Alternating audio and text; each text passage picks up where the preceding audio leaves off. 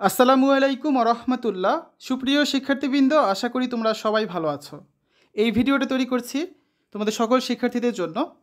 আজকের এই ভিডিওতে তোমাদের চলমান মূল্যায়ন পদ্ধতি সংক্রান্ত জরুরি যে নির্দেশনা প্রদান করা হয়েছে সেটা নিয়ে আলোচনা করব।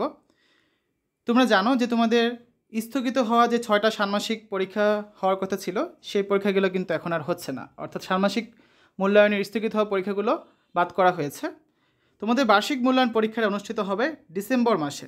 এখন এই বার্ষিক মূল্যায়ন পদ্ধতি কীরকম হবে তা নিয়ে আজকে ভিডিওতে আলোচনা করব। এছাড়া আরও যে সকল আপডেট এসেছে তোমাদের মূল্যায়ন পদ্ধতি সংক্রান্ত সব কিছু আজকে ভিডিওতে আমরা দেখিয়ে দেবো, ঠিক আছে?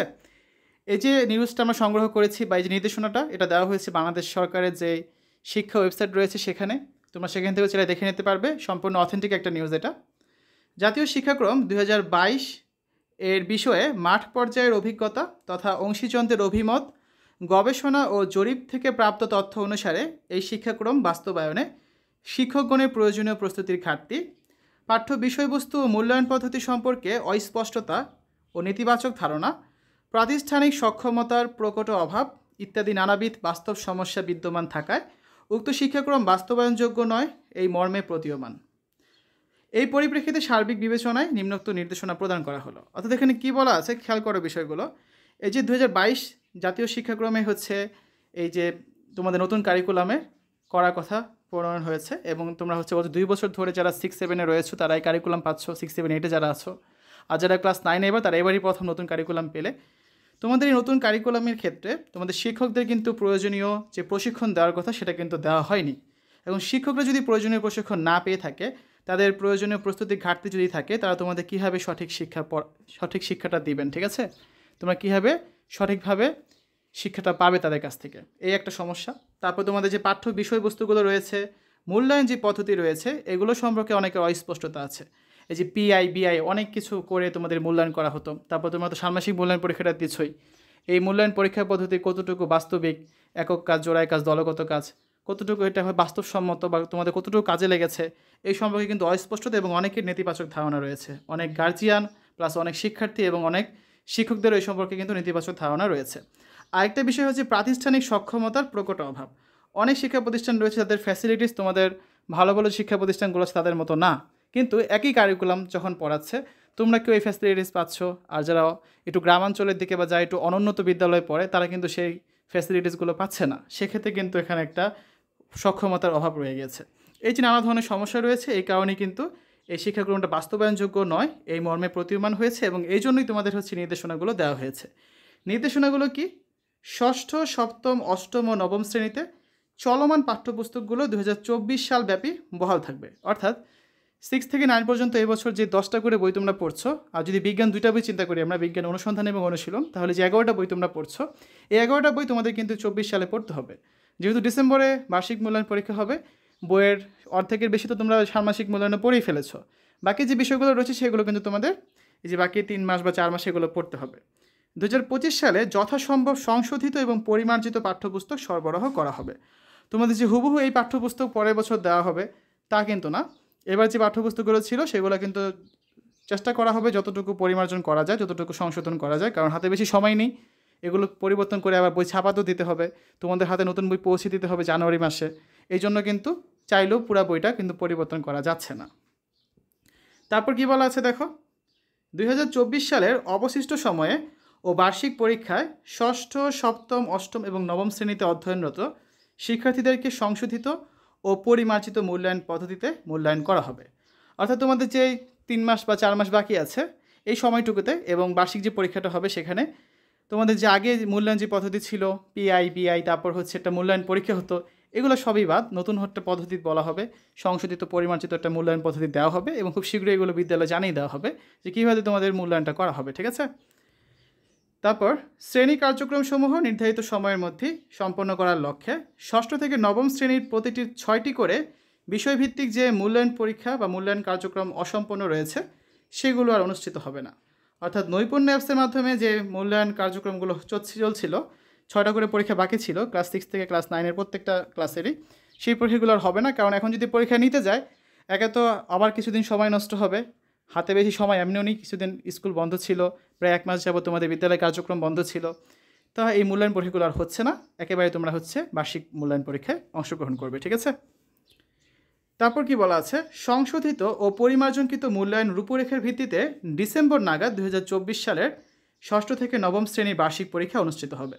অর্থাৎ তোমাদের যে মূল্যায়ন পদ্ধতি ছিল আগেটা, সেটা সংশোধিত করবে, পরিমার্জন করবে, করে নতুন একটা মূল্যায়ন পদ্ধতি দিবে, এবং সেই মূল্যায়ন পদ্ধতি মেনেই ষষ্ঠ থেকে নবম শ্রেণীর শিক্ষার্থীদের বার্ষিক মূল্যায়ন পরীক্ষাটা হবে কবে, ডিসেম্বর মাসে, ঠিক আছে। তারিখ এখনও বলা হয়নি, তবে ডিসেম্বরে পরীক্ষা হবে, সেটা পরে জানিয়ে দেওয়া হবে ডিসেম্বরের কত তারিখ থেকে কত তারিখ বা কীভাবে পরীক্ষাটা হবে সবই জানিয়ে দেওয়া হবে।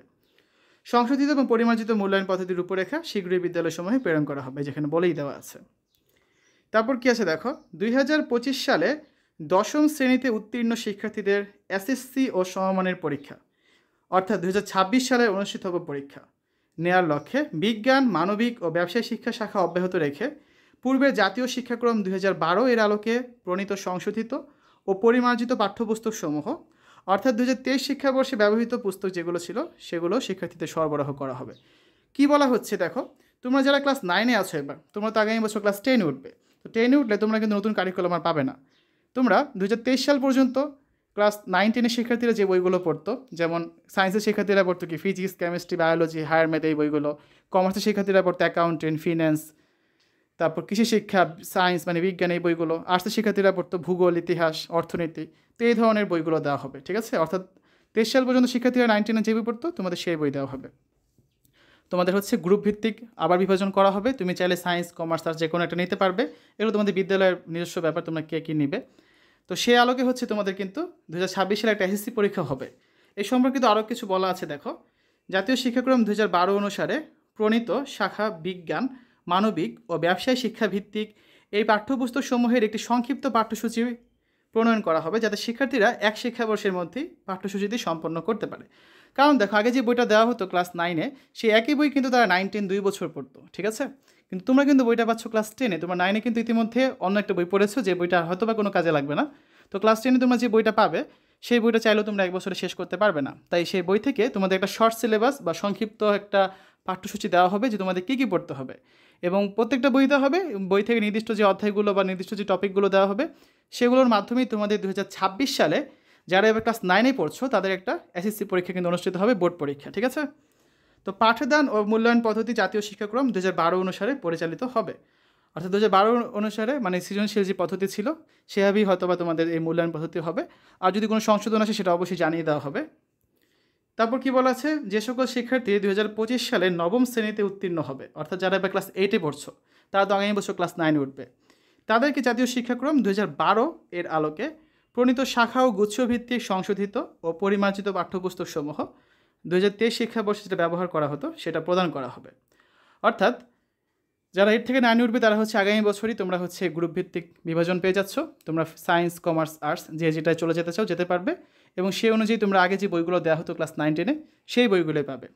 তো এই সকল শিক্ষার্থী নবম ও দশম শ্রেণী মিলে 2 শিক্ষাবর্ষে সম্পূর্ণ পাঠ্যসূচি শেষে 2027 সালের এসএসসি ও সমমান পরীক্ষায় অংশগ্রহণ করবে।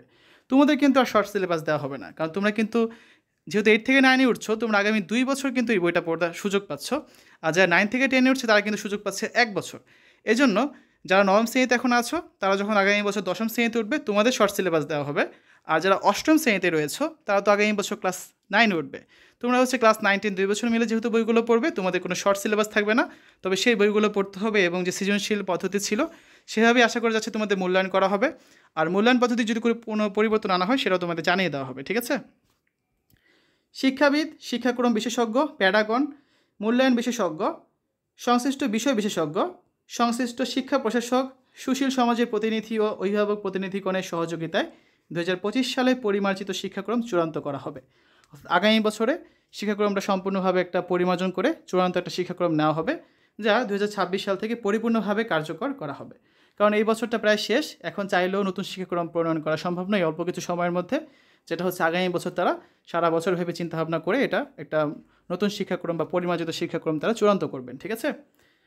তো আমরা এক কথায় যদি বলি, আজকের ভিডিও থেকে আমরা কী কী তথ্য জানলাম, চলমান মূল্যায়ন পদ্ধতি সংক্রান্ত যে জরুরি নির্দেশনা দেওয়া হয়েছিল সেখান থেকে আমরা জানতে পারলাম তোমাদের ষান্মাসিক মূল্যায়ন পরীক্ষাগুলো আর হচ্ছে না।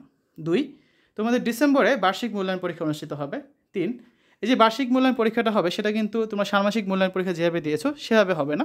হয়তো এখানে কিছু সংক্ষিপ্ত প্রশ্ন, সঠিক উত্তর, শূন্যস্থান পূরণ, এক কথায় প্রকাশ, তারপর রচনামূলক প্রশ্ন, বর্ণনামূলক প্রশ্ন, এই ধরনের প্রশ্ন থাকতে পারে। কিছু এখনও বলা হয়নি, যেভাবে মূল্যায়ন করা হবে সেই বিষয়ে একটা নির্দেশনা তোমাদের বিদ্যালয়ে কিন্তু প্রেরণ করা হবে, চিন্তার কিছু নেই। তারপর জানতে পারলাম যারা এবার ক্লাস 8-এ পড়ছো তারা আগামী বছর 9-এ উঠলে হচ্ছে তোমরা সেই পুরাতন বইগুলো পাবে যেগুলো 23 সাল পর্যন্ত শিক্ষার্থীরা পড়তো 9-10-এ, সেই বইটা তোমরা 2 বছর পড়ে 27 সালে এসএসসি পরীক্ষা দেবে। আর যারা ক্লাস 9-এ পড়ছো তারা আগামী বছর এই বইটাই পাবে, তবে তোমাদের সংক্ষিপ্ত সিলেবাস দেওয়া হবে এবং সেই সংক্ষিপ্ত সিলেবাস অনুসারে তোমরা 2027 সালে 2026 সালে তোমরা হচ্ছে এসএসসি পরীক্ষা দেবে। ঠিক আছে, এই হচ্ছে সামগ্রিক আলোচনা। তো আশা করি তোমাদের কাছে ভিডিওটা ভালো লেগেছে। ভালো লাগলে বন্ধুদের সাথে শেয়ার করে দিতে পারো। তো শিক্ষার্থীরা, তোমাদের নবম শ্রেণী, দশম শ্রেণীর পাঠ্যপুস্তকসমূহ নিয়ে কিছু ভিডিও দেওয়া হচ্ছে চ্যানেলে, তোমরা এগুলো দেখে নিতে পারবে। তো আজ এখানে বিদায় নিচ্ছি, সবাই ভালো থাকবে, আল্লাহ হাফেজ।